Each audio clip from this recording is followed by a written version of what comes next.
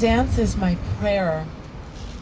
I pray that love arises so powerfully within all of us that no violence will be tolerated. I pray that our consciousness evolves so that hatred and bigotry transforms. Martin Luther King said that love is the greatest force in the universe. Let us use this force together as we stand for racial justice. I am not against police. I'm against police brutality. I offer this dance to my African American ancestors and to all African Americans, the many that have died for centuries unjustly in this land.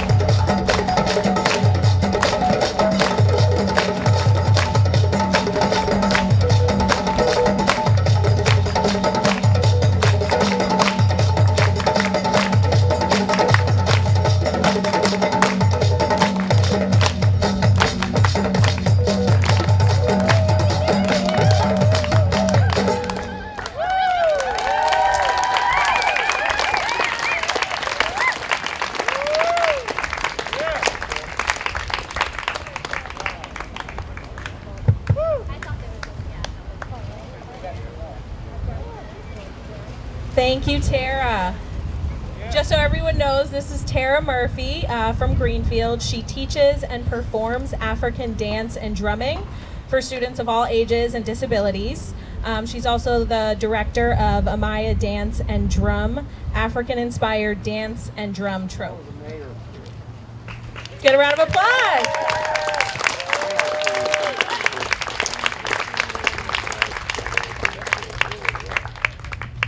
So we're here today mainly because we wanted to follow through on our calls to action that we made during the Greenfield Black Lives Matter protest. We stand in solidarity and action, and that's really important because we can go out there and we can march down the street and we can make demands, but if we don't do anything after that, then it was for naught. So this is in a moment where we all must address anti-Black racism in our community because it's very prevalent in Greenfield. Anti-Black racism is evident in violent policing, but it also exists in our workplaces, in ethnic groups, in our families, and in our schools. I am Brianna Arsenal. I grew up in Greenfield. I've lived here my entire life, and I guess discovered what racism was for the first time in second grade because I'm not born and my parents don't start to explain to me that, you know, I'm Black and I'm going to be treated differently. I guess they didn't necessarily feel a need to tell me that because they shouldn't have to. But I was in second grade the first time someone called me the N-word in school, and however that situation played out, I was the one to get in trouble, and that pattern continued until I had to leave Greenfield High School and go to a different school because it was just getting that bad.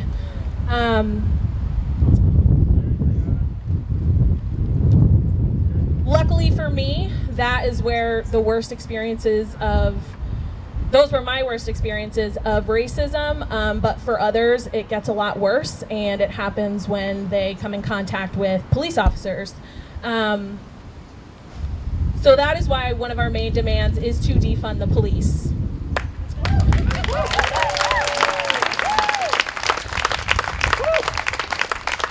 So this term has caused a lot of arguments because I just think people aren't educated about what defund the police really means, and that's another main purpose for this rally today, so we can understand that more. It doesn't necessarily mean an immediate elimination of all law enforcement, nor does it mean immediately zeroing out police department budgets. We know that peacekeeping is an essential service, but a transition from over-reliance on excessive, brutal, and discriminatory policing to right-sized, reorganized, and demilitarized safety strategies is the right way to go.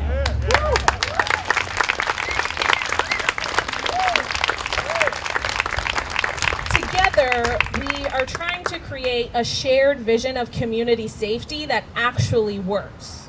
It's important that we do this amongst ourselves and our community.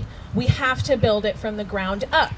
This is unprecedented territory. We've never done this before, so you know, we're learning every day, and we're going to have to work together and have some hard conversations amongst ourselves and with our neighbors, especially the ones who are going to need some convincing to make this work.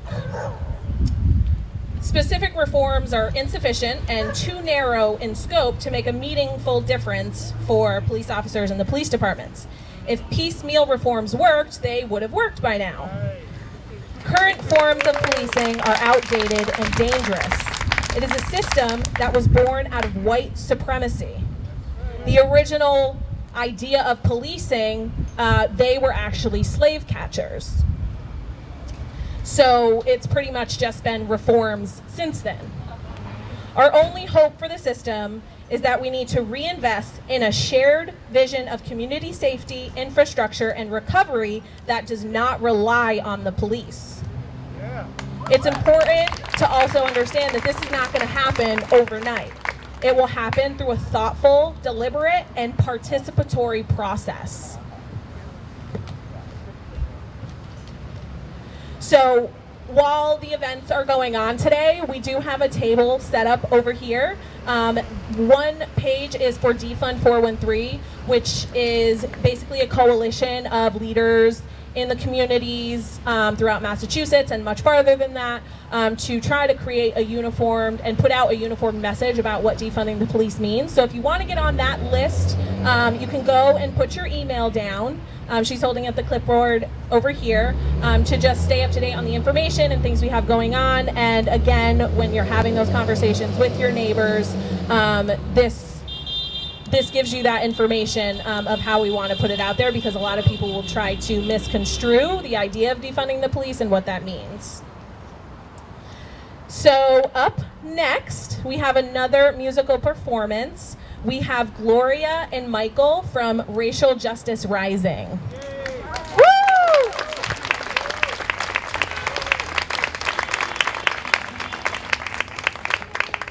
Hello. We're going to be doing the first song. It's a song which Mississippi John Hurt did a long time ago, and it's called Run Run Jimbo.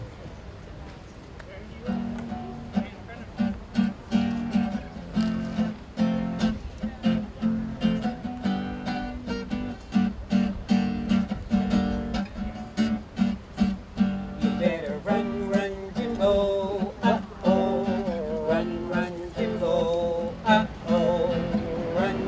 Jimbo, uh-oh, he's got a pistol in his hand. You better don't say nothing, don't say nothing,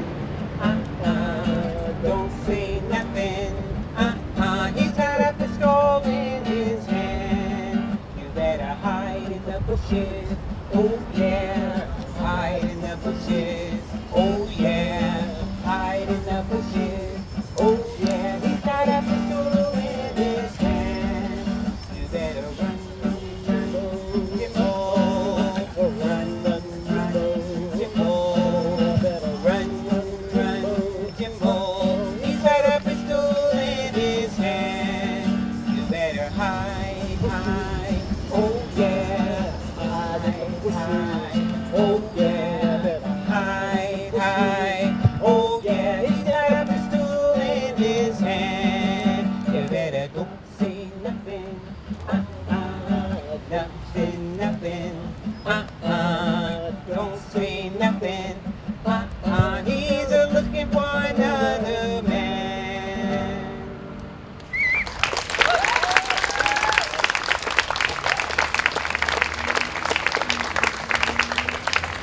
And this next song is called Ain't Nobody's Fault But Mine.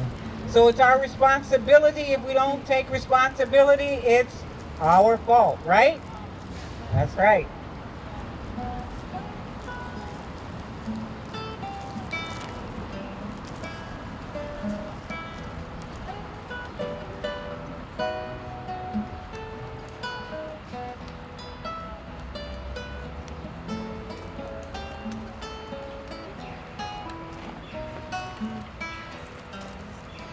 It ain't nobody's fault but mine. Nobody's fault but mine. If I die and my soul gets lost, it ain't nobody's fault but mine. If I don't take a stand, sing it with me. If I don't take a stand, if I die and my soul gets lost, it ain't nobody's fault but mine. If I don't sing my song, if I don't sing my song, if I die and my soul gets lost, it ain't nobody's fault but mine. It ain't nobody's fault but mine. Nobody's fault but mine. If I die and my soul gets lost, it ain't nobody's fault but mine. Yeah.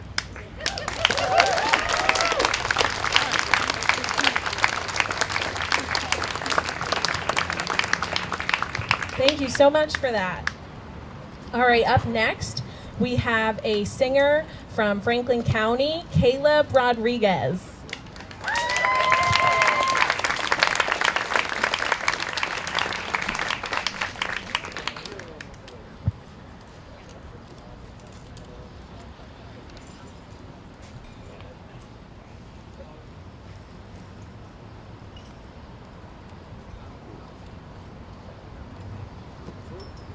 Hi, my name's Caleb. All right, Caleb. Hi. I'm happy to be here. I'm gonna do some songs that describe how I feel.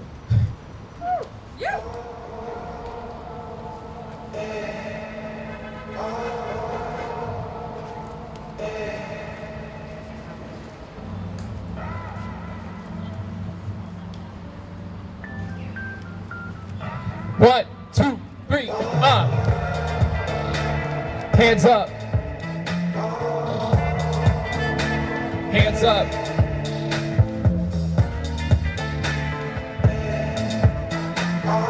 We do it like this. Tell me why you don't love me, why you always misjudge me, why you always put so many things above me, why you lead me to believe that I'm ugly, why you never trust me, why you treat me like I don't matter, why you always kicking my ladder, why you never hearing my side to the story, always gonna put me down, yeah. Hold up. You're singing all my songs, but I'm through all my seasonings and you're food. Whenever you hesitate, I get abused, but whenever I celebrate, I get sued. But you can do anything you want to anyway, but you never held responsible. Didn't know there was something that was optional. When you're here with me, it was impossible. Is this another chapter of the chronicle? You won't even pick me up from this mud. This place here was built with blood. Why you can't ever make me feel loved? Why you gotta always make me feel judged? Tell me why we got a war, why we gotta fight, why we always gotta spar for, why the cops always gotta get called, why stock's more important than us all. I guess some things will never change. Locked in the cycle trying to break the chains, handcuffed so tight they can slit your veins. What tough love feels like, feel my pain, Tell me why you don't love me, why you always misjudge me, why you always put so many things above me, why you lead me to believe that I'm ugly, why you never trust me, why you treat me like I don't matter, why you always kicking my ladder, why you never hearing my side to the story, never look me in my eyes and say sorry, because America don't love me, whole country turn on me, no love in the city for the homie, just a gang of police, pray they don't ever catch it on me, Lord, America don't love me, whole country turn on me, no love in the city for the homie, just a gang of police, pray they don't ever catch it on me, Lord. Let it breathe one time.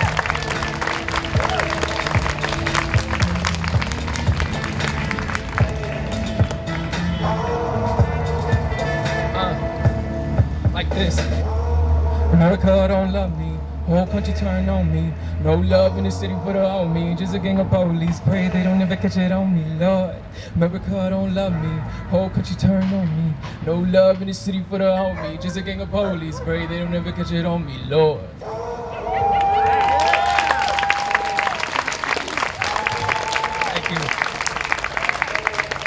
I got one more for y'all. And I feel like the song is very fitting because I'm sweating right now. But if you know the words, sing to this.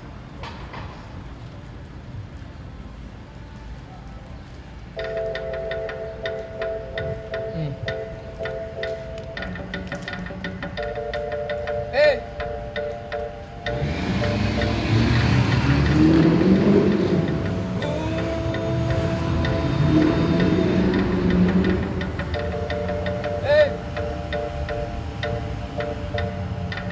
You can feel it in the streets on a day like this. It feel like summer. I feel like summer. I feel like summer. 1, 2, 3.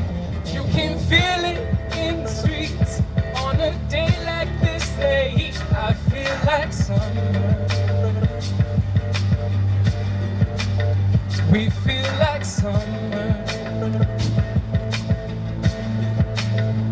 this feel like summer. I feel like 7 billion souls that move around the sun, rolling fast and fast, and not a chance to slow down. Slow down.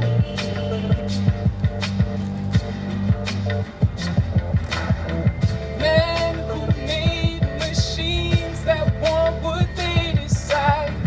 Parents trying to tell their children, please slow down.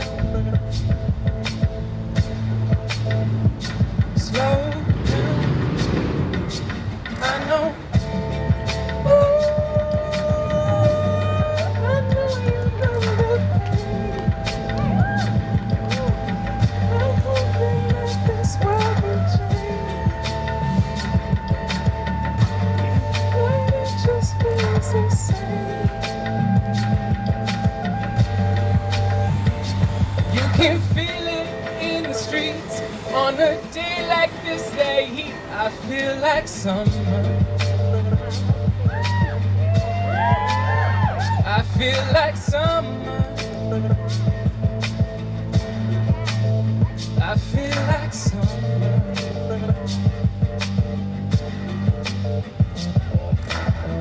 Every day gets harder than the one before. Running out of water, it's about to go down. Yeah, well, go down.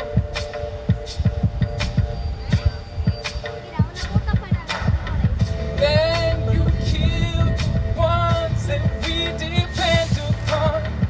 We were made for singing, waking up to no sound. No sound. I know. Ooh, I know you know the pain. I'm hoping that this world will change.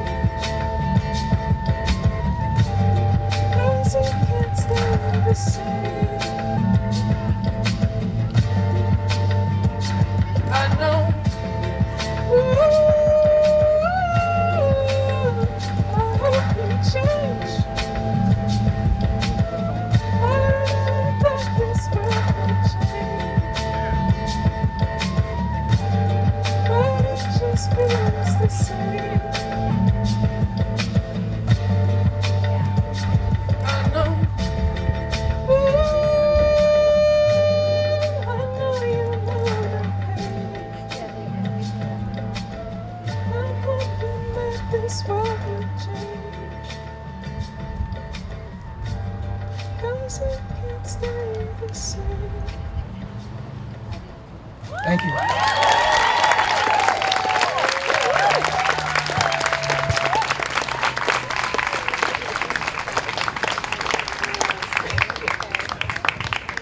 Thank you so much, Caleb. Yeah, Caleb. Woo!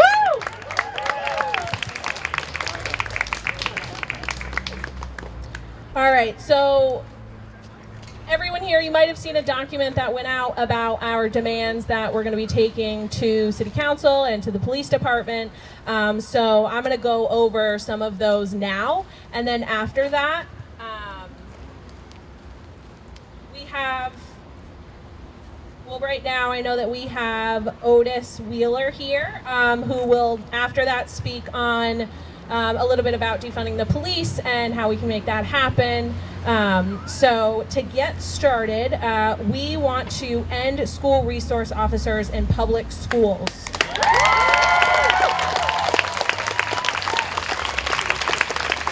We want to reallocate the funds directly to youth supports and programs. If cities like Denver, Portland, and Minneapolis can end SROs, then so can we. We want a commitment, not a symbolic concession or another talking circle from the superintendent of Greenfield, that she will be ending all contracts with the GPD and that schools will no longer file CRAs on children for absences. We demand that the SRO funding be reallocated into the school budget from the police and to specifically address the needs of youth of color and their educational success. The school board will collect demographic data regarding students who are subject to punitive policies, including detention, suspension, and expulsion. While the names of students will remain private, demographic data such as age, race, ethnicity, class, gender, and sexual orientation will be made public. We want to end the use of punitive school policies and repeal truancy laws. We want to fund non-punitive health, wellness, and trauma-informed education.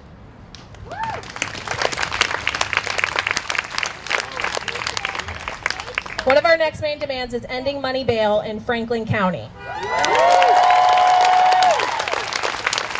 The cash bail system criminalizes poverty. People who are unable to afford bail are detained while awaiting trial for weeks or even months.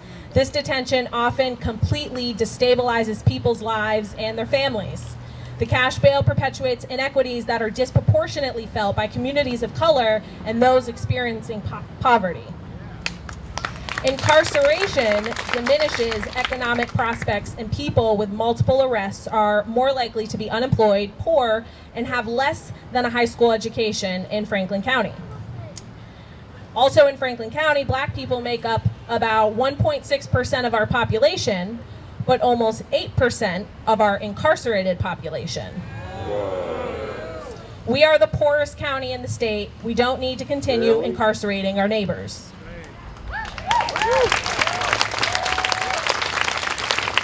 And that's a big one to think about as far as our school systems go.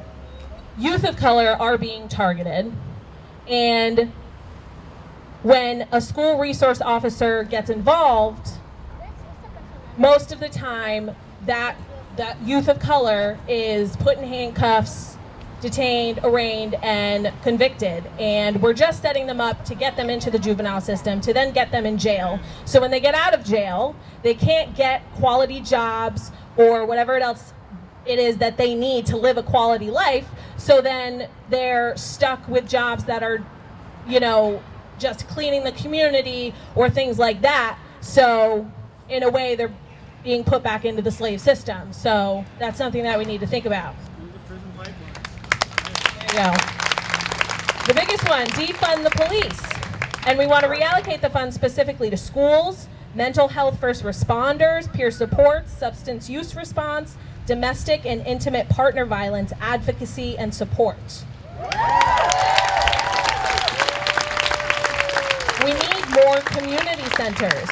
When I was growing up in Greenfield, we had the teen center, we had the skate park, we had the arcade over here on Main Street.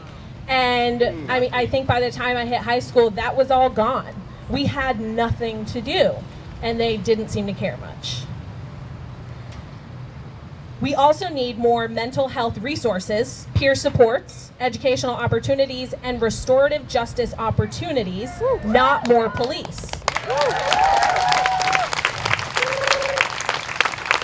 Spending more money on police doesn't lead to less violent crimes. It leads to the greater threat of police violence, especially towards people of color. We have social service agencies in our communities that could serve as alternatives to police, but they are underfunded. We demand a revision to the 2021 budget for the police department that reduces the budget in a significant way to help fund our schools and youth of color. We want to create a task force on defunding the police and reallocating funds to community support systems. Reallocation of funds doesn't just go to more social services. Specifically, we want it to support things around racial justice and equity and youth of color. We also need to focus on police accountability. We need to make police records public, because if you go online, a lot of those links are down and they said they're working on it. We need to release police officer personnel records, including their disciplinary record. We need to eliminate qualified immunity. We need to stop the use of paid administration leave for police under investigation. And we need to make public public any demographic data, the race, ethnicity, class, gender, and sexual orientation, the location about the arrests and the stops, including while people are driving or walking. Everything that I just listed, we're viewing these as immediate and actionable steps that must be taken towards ending institutions of policing and incarceration. Yeah.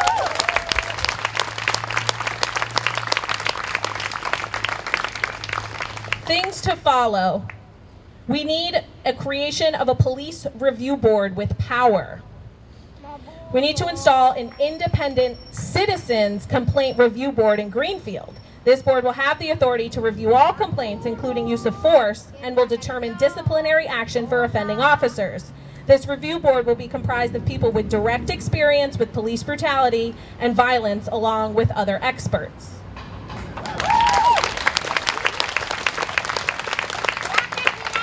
We need to create a civilian review board that approves updated de-escalation, racial justice training, restraint, and other trainings to all police and sheriff department officials that are consistent and ongoing. And the funding for these boards should come from the current police budget, not be an increase to GPD funding. We also want a commitment to true and affordable housing. For years, the city and the previous mayor refused to make a commitment to support affordable housing. We want a commitment to dedicate a certain amount of resources towards supporting affordable housing, not through siloed rezoning appeals, but with dedicated financial investment.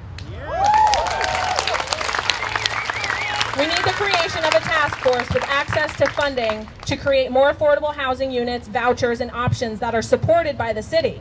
The task force will be made up of people with direct experience with homelessness, housing instability, and direct services, policy, and decision makers for Greenfield. And lastly, for now, we want to release primary caregivers who are pregnant or primary parenting people from jail. In 2018, a primary caretakers bill passed in Massachusetts supporting a healthier approach to sentencing in Mass. Community-based sentencing has been approved to be safer and more fiscally responsible. It costs almost $80,000 a year to incarcerate someone. That's money we could be giving to our families to live and not put in cages.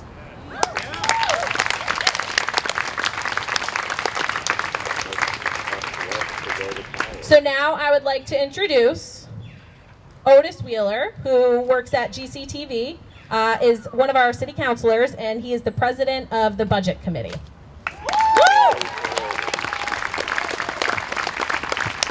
Hi, thanks everyone, and thanks Brianna for the introduction. I don't have a lot to say because I'm here really as a white ally to amplify black voices like Brianna's in this movement, which is unlike anything that I think we've ever, certainly anything I've ever seen. Defund the police means different things to a lot of people. To some people it means abolish the police. To me it means strategically repurpose, reallocate funds and resources away from carceral punishment and towards more effective means of rehabilitation. And I think that's something that we can do. It's not going to happen overnight. I think it's great that we've had already 2 incredible demonstrations in Franklin County in the last 2 weeks, but it's going to take more than that. It's going to take things like this, where you come out and speak to specific policy details. This isn't something that that we're going to fix tonight. This is something that you work on for 10 years or not at all. And so I thank you for your time and your commitment to change, your commitment to a more just society, which is really what we're all here for, and one where our people of color who are our neighbors feel safe no matter what. Yeah.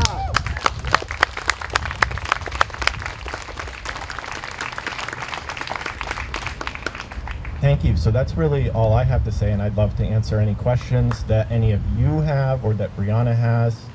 on how to go forward with the specific policy demands which Brianna just mentioned. Yeah, no, we're opening it up, so if anyone wants to come forward and ask a question about anything, if you have a question about defunding the police, now's the time to step forward. We're opening it up for anyone who has any questions. Come on up. Hear everything. Hi. So one of the issues that came up at the Northampton City meeting about certain proposals, especially around like an oversight board, is what authority, how much authority does the city council and city council working with the mayor's office have in something like that? Does that existing law allow for the city to create these sorts of oversight? Right, thank you. So the question is regarding citizen oversight of the police department. Currently, the city has a public safety commission, which is codified within the city charter and appointed by Mayor Wiedegartner. And at the moment, the Public Safety Commission is responsible for reviewing all citizen complaints or allegations directed at police officers. At the moment, the way it's written, the police chief is in charge of investigation. He or his designee brings his findings back to the Public Safety Commission. So in a way, we have a great beginning there. So they are citizens from our community. It's a volunteer commission. They're not paid. But I think personally that the language could be stronger. That, and nothing against the current committee members. I have great respect for the chair. But currently it's comprised of 5 cis white men, all born on 1970 or before.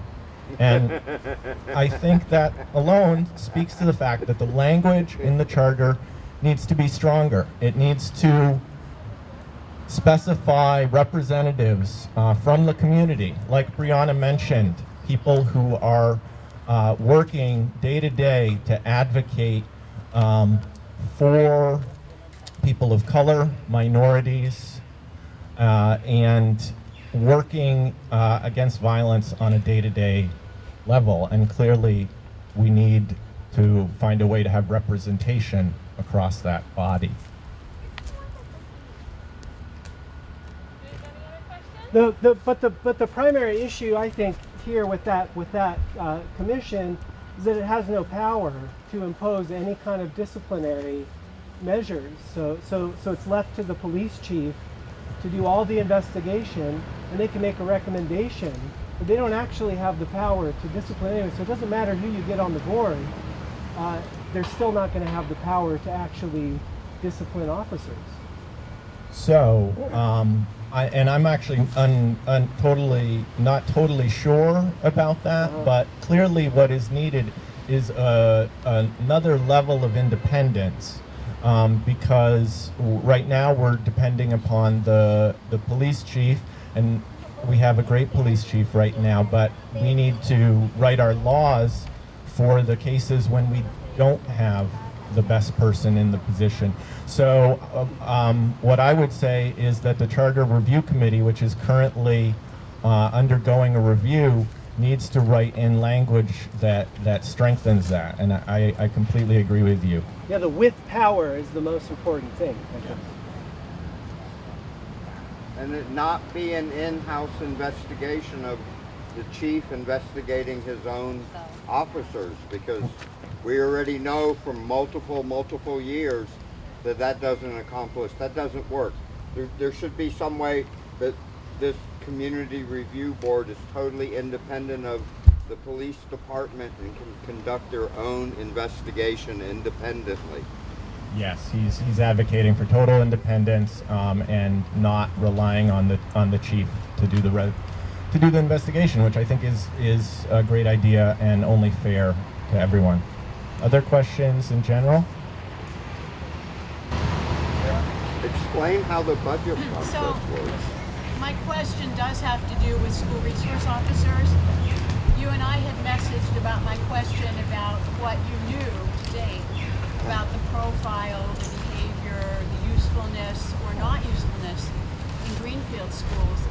And you had written back that to your knowledge, there wasn't even one in Greenfield right now, and you didn't know specific negative reports, just that some people had positive experiences, some negative.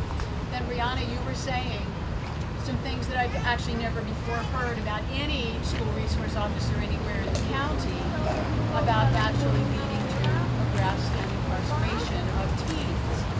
So my request is, and this is to the mayor as well, if case reports, so that these things aren't rumors, if case reports without identification, because of course students and parents need privacy protection, but if specific case reports with the kind of incident, the demographic, the date, and any teacher who's willing to be identified as having been part of the situation would be published by the mayor's office, that would really be very helpful. If this happened once, did this happen 20 times, when, what kind of, you know what I mean by demographics? Absolutely. White students, black students, any other, female, male, what has actually happened? Because I'm one who really likes to rely when working locally on what the facts on the ground locally that we have to address, not kind of project what might be happening in other parts of the country. Thank you both. You're all very much. Good afternoon, folks. I like Otis. I'm here as a white ally to assist you in whatever way. Louder, Roxanne. Okay, there we go. I use my outside voice. Okay, I'm here also as a white ally, like Otis, to assist in whatever way we can. I can tell you that the status of the school resource officer now, well, I'll give you a little background on how it is funded. It's funded in part by the city of Greenfield in the city's budget. I mean, it's all one budget ultimately, but the school creates a separate budget and the city creates their budget for DPW, public safety, all of the things that the city handles. We do share a lot of resources. One of the resources that we share is a school resource officer. This year, for FY21, the city removed the funding for the school resource officer. As far as I know, it is still in the school committee budget, although Superintendent Harper did just create a round of cuts because she needed to meet the number in the mayor's budget or the city budget. So I don't know if that was one of the cuts or not, but I know that the school committee did learn of that, and I don't know what their actions will be going forward. There is a meeting, school committee meeting coming up. I can't remember if it's next week or when it is, and it may be discussed then. So at least from the city side, we are not providing our share of the funding for the school resource officer. And I just want to address that. From my standpoint as a city councilor, it's hard to know whether a school resource officer is effective or not because it's a lot of collecting hearsay and talking to different people. But my standpoint is that if it's effective, if the mentorship and other qualities are valuable, then that's great. But it could perhaps be provided by someone who's not in a uniform and whose position does not threaten minorities.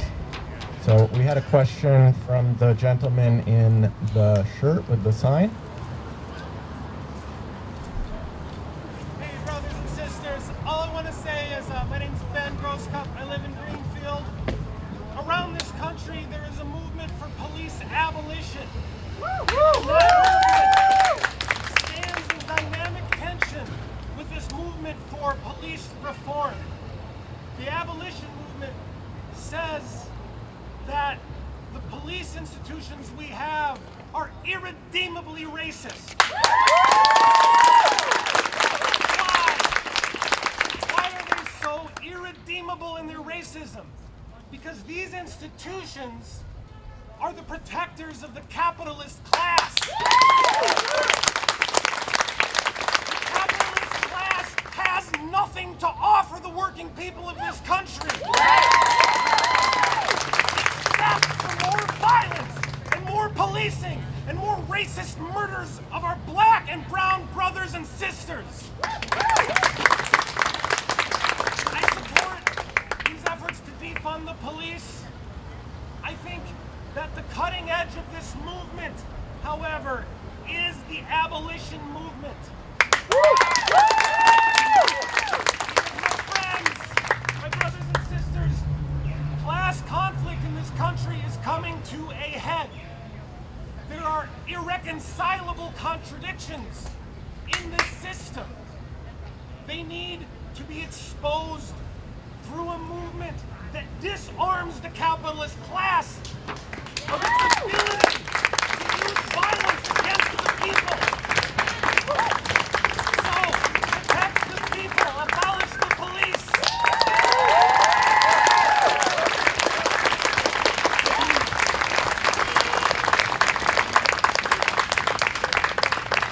Thank you, Ben. Thank you, Ben. Right here. So for the defunding plan, are there any plans to hire more African American police officers and Latinx police officers, which could be another way to really addressing incredibly positive reform? Thank you. So the question is, are there plans to hire more African American and minority police officers and public safety officers? As a city council, we did help the police exit civil service this past year, which will hopefully allow us more flexibility as a city in our hiring. But I'm going to hand it to the mayor, who may have more specifics.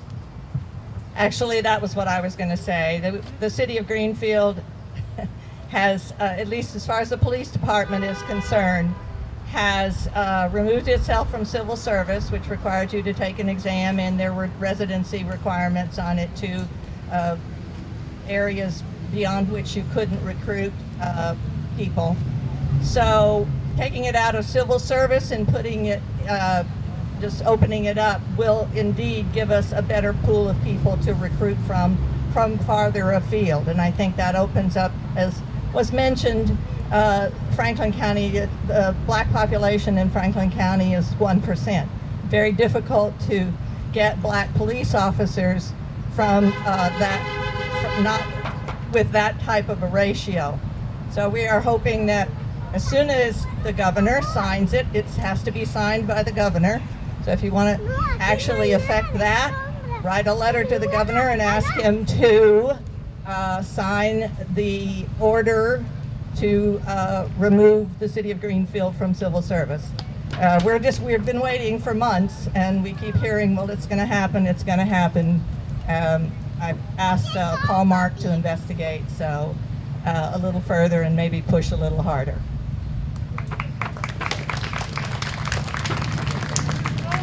All right, one or two more questions I'm going to try to go to someone who hasn't asked one yet in the flag shirt.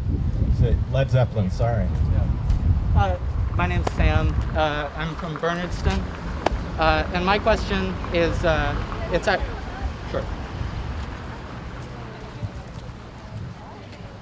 Hi, like I said, I'm Sam. I'm from Bernardston. And my question is a bit of an echo of Ben's statement about abolition. I'm a little bit, I just want to reiterate that I think it's very important that I think we support these efforts to defund the police, but I think we have to be very clear that is that's a step towards a total abolition of policing. Because I think it's very clear that policing in and of itself, the act of policing, is anti-black, it's pro-capitalist, it's white supremacist. And so I think the question is, how do we reduce the amount of police? How do we reduce the power of the police? How do we strengthen the power of our communities? It's not a question about how do we get more diverse police departments.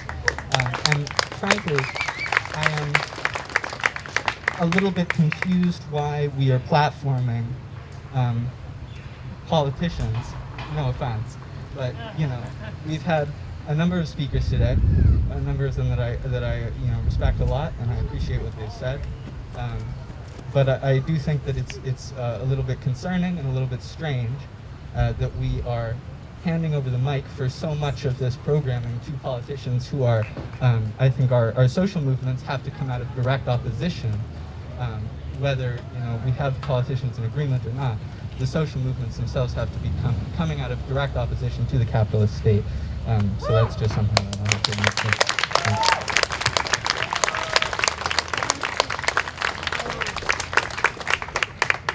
Thank you for that, and I hear you, and I'm here to answer really procedural questions about how to expedite some of the goals.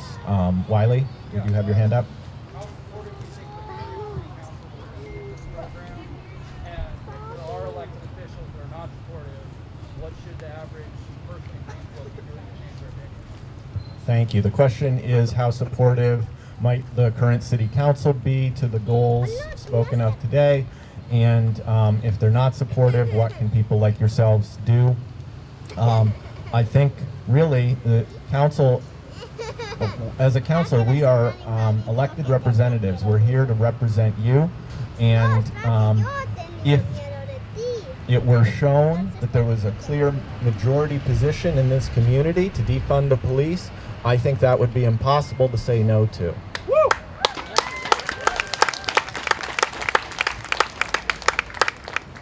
So really, I would say keep showing up. Andrew, did you have another one? I'll be brief here. My question is related to this discussion about what specifically the mayor and you can do, because you're here to show support, as you said, and to be allies. And ultimately, you have the power under the current system. The mayor drafts a budget and proposes it to the city council, and the city council makes amendments to that budget. None of us here can do that. You have to do that. And so I have two questions. One is, for the fiscal year 21, is it still possible to make these amendments? And can we do that? How do we get that process going? But secondly, and more importantly, will you and the mayor give a commitment, a verbal commitment, to pursuing defunding the police? Because you're the ones who have the power.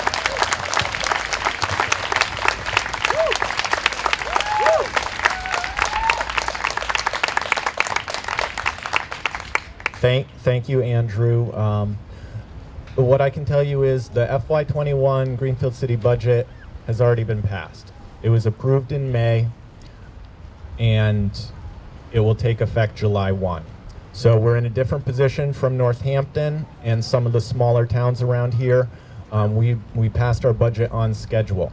So there is no opportunity like there was in Northampton to change the funding of the police department's budget this year. But what there is the continued opportunity for you to raise your voices and to be heard. And going forward this year, I think that we have no idea what's going to happen from the state. There could be cuts to state aid, which could result in cuts to departments. And if so, then I think you as a group and as individuals the request should be heard that those cuts should come from the police.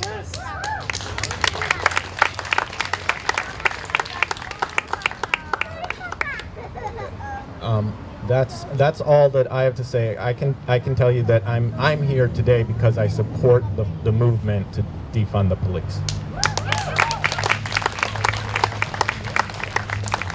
Thank you, Otis. So we have Kydra Jacobs, sorry, who has something to say. Hi, everybody. So I look around, I see a lot of really familiar faces. I worked at the co-op for years, so you might be co-op customers. And while I was at the co-op, I started these types of conversations, which led to the very first public forum with our chief of police. And that was from questions and comments from the community that I sat down with the chief of police in front of about 50 or 60 people. So what I'm trying to say is that we do have a police chief who is willing to do the work, who is willing to come to the conversations. That's for one. So when we start this work, I want you to know that this is not going to happen overnight. And as I look around, I see the numbers dwindling from our first gathering. And I want you to keep applying the pressure. It doesn't matter how you do it. You might not see me at every one of these rallies, but I work for the FRCOG now. That's the Franklin Regional Council of Government. That means that I am on the inside and I am trying to do the work from the inside. So if you are on the inside, do your work on the inside. For people who don't feel like they want to be on the inside, ask yourselves why. Ask yourselves, if this doesn't work and we cannot defund the police, why are you not applying to be police? Why is your community not reflecting who you are serving? And I know that that sounds like a radical idea, but I would much rather see one of you show up at my house to deal with my brothers or my sons than some random person that I do not know. As far as city councils go, I don't know why people are not applying to make city council look the way that you want it to look. I don't know why people are not showing up to more meetings. But if you really want to be a part of the change, you have to show up. You can't just make a sign and make it look good for Instagram and everything like that. You have to be a part of the change. I did not want to work for the Franklin Regional Council of Government. I wanted to be a fashion designer, as you can tell, but I had black sons. And so I had to make the change and I had to answer the call. And the call is now. So if you want to make the change, you have to begin to think about what the inside looks like and how you can make it look like the outside. And that's all I have to say. I have 3 beautiful black sons to go pick up. Keep doing the work. Keep applying the pressure. This is the cookout. This is what everybody wanted to be invited to. This is it. Show up, do the work, keep applying pressure. Thank you.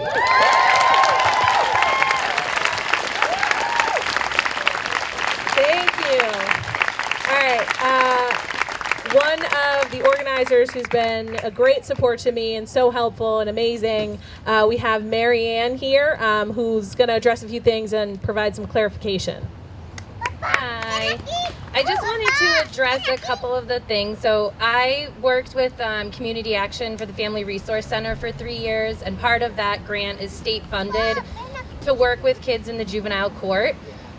So I did try to collaborate with the Greenfield Public Schools. We did push back against the resource officer being in the schools.